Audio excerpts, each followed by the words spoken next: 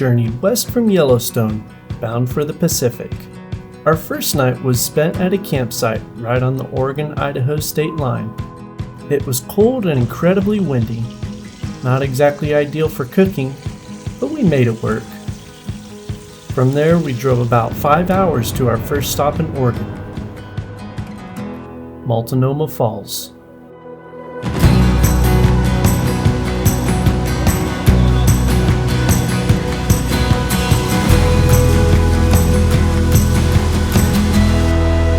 Standing at 620 feet across 2 tiers, this is the tallest waterfall in the state. Fed mostly by natural springs, the water eventually flows into the mighty Columbia River. A pretty incredible sight to kick off our time in Oregon. We continued on through Portland to reach one of the most unique stops of our trip. Barely peeking through the trees sits a Boeing 727. At first glance, it looks abandoned, but this aircraft was actually retired in 1999 and moved here by its current owner, Bruce Campbell, who still lives in it to this day. Bruce is known for being incredibly welcoming and even offers free tours to visitors. We didn't take the tour, but we did get to say hi to his cat.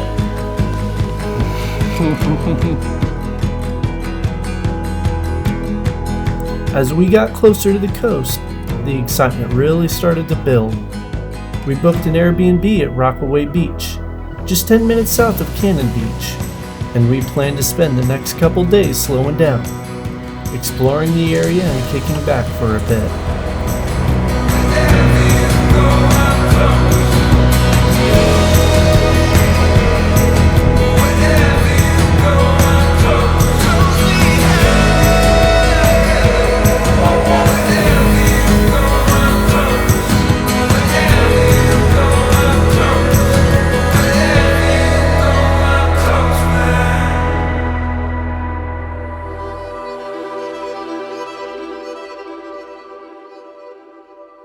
Now that we've arrived, it's finally time to see the spot mentioned at the very beginning of part 1. This has been one of the most anticipated moments of the trip so far, and I can hardly wait.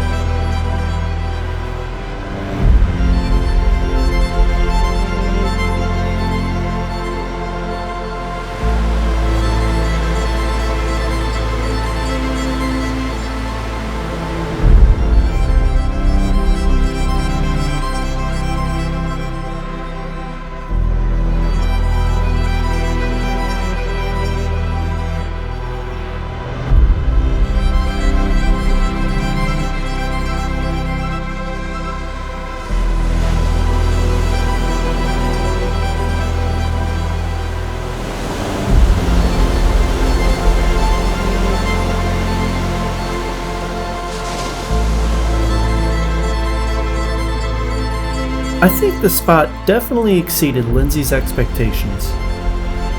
We could have spent the whole day sitting there just soaking it all in. But there's much more to do here. Later, we headed into Cannon Beach to take in the sights and check out some of the local shops.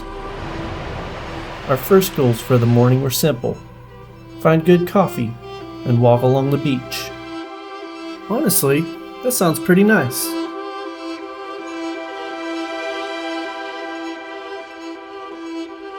One more thing we really wanted to do while we were here was meet up with a friend. She was our videographer for our wedding, so of course that meant a small photo shoot was happening. Being a local, she knew all the spots. We had no idea what we were about to see, but let's just say it was pretty epic.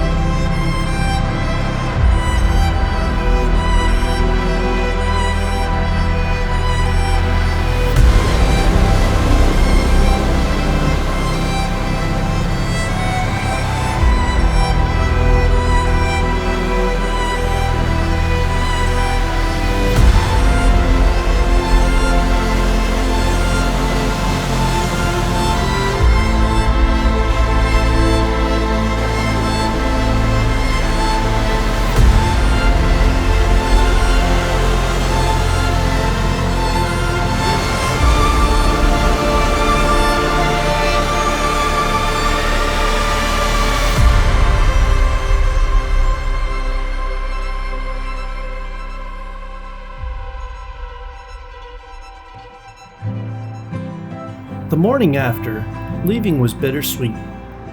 It's going to be really hard to top off this place. You said we don't go,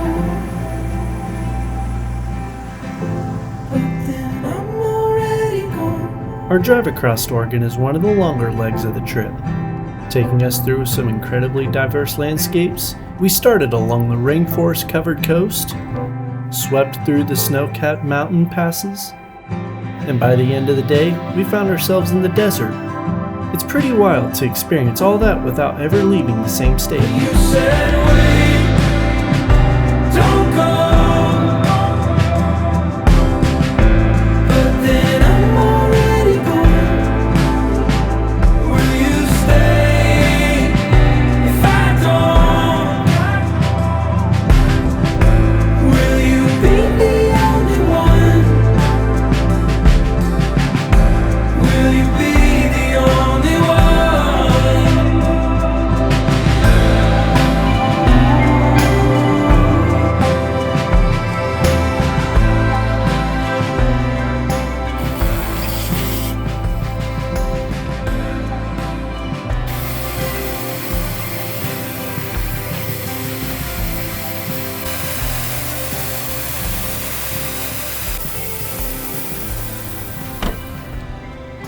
So we finally made it to the Owahis. Our plan was to drive 33 miles off-road to a remote hot spring. Something I'd spent most of my research time on while planning this trip. This was shaped up to be the most technical and demanding stretch so far. I'll admit, I was a bit nervous, but also excited. This wasn't my first time taking the truck off-road, but it was by far the longest trail I'd ever attempted. I don't know where I'm going, I'm becoming alright. With running through the great wide open, oh, we're singing la la la la la, la la la la la. Running through the great wide open, la la la la, la la la la. Not long into the drive, we ran into our first problem. Marco, our vehicle as we like to call it, was taking a serious beating underneath from rocks. Now I'm starting to realize the importance of a lift kit. We had to slow way down. Painfully slow. Honestly, you could have hiked faster than we were moving. But that led us straight into our next issue. Time. We didn't hit the trailhead until 4:30 p.m., which meant we'd only have an hour or two of daylight once we reached the spot we were aiming for. Still, hoping the trail would ease up, we decided to push on.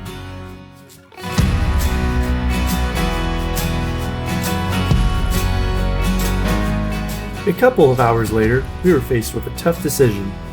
The trail split. One direction led to the hot spring, the other continued to the road we'd be taking out in the morning. It was 8:41 p.m., and we still had about an hour left to reach the hot spring. It wasn't an easy call, but we decided to pull off the trail and camp where we were for the night. Although we were sad we couldn't make it, it was a humbling experience. The next morning brought a fresh start, and a lot of excitement for one thing in particular, the salt flats. First though, we had to get to the road, another 30 miles off the trail. If it was anything like the day before, we were in for a long day. But to our surprise, the trail was far more forgiving this time around. Smooth. Manageable. Almost enjoyable. If only we had come in this way.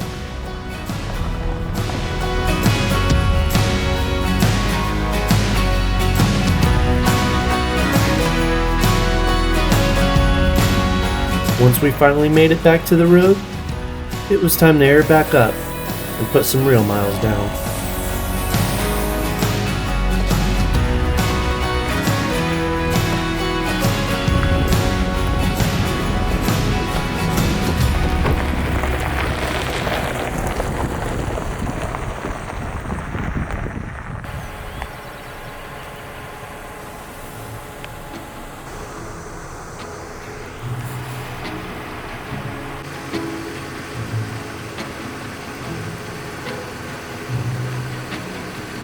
It's going to take us 6 hours to get to the Salt Flats today.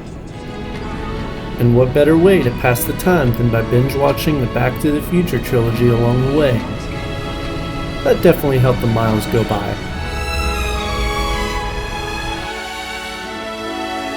And before we knew it, we were rolling out onto the Salt Flats. I'ma tell our kids about this someday.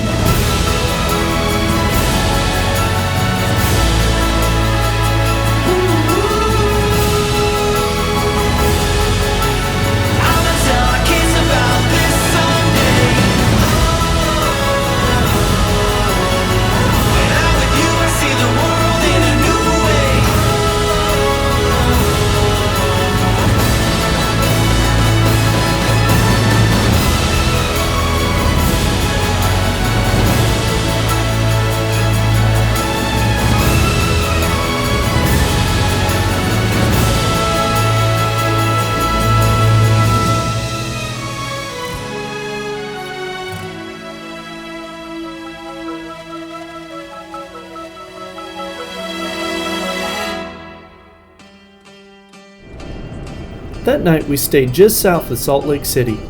We found a pretty sweet sushi spot where plates rolled out on a conveyor belt. No pun intended.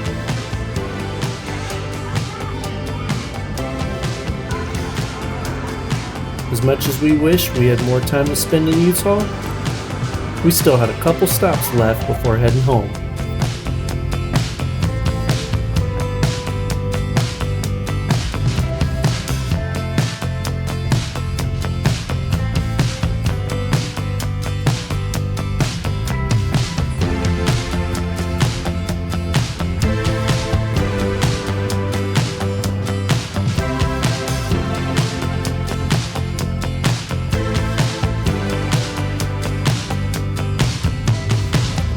After stopping in Snowmass, we drove through the busy town of Aspen and made our way towards Independence Pass. Sitting at 12,095 feet, it's one of the highest paved roads in America, and the highest point we'd reached this entire trip.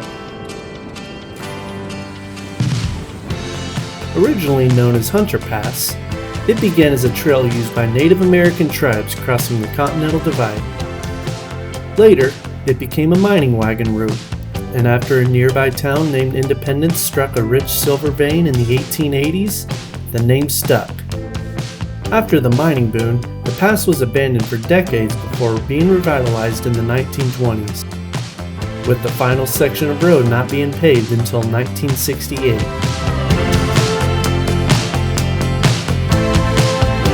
I wanna take the scenic route.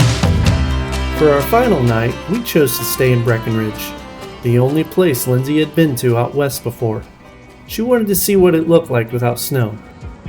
We walked around downtown for a bit, checking out some stores, eating food, and playing some arcade games. And just like that, our trip came to an end. Even though not everything went according to plan, we couldn't have been happier with how it turned out. We made memories that will last a lifetime. And with an additional 5,800 miles added to Marco, we're already looking forward to the next trip. This is the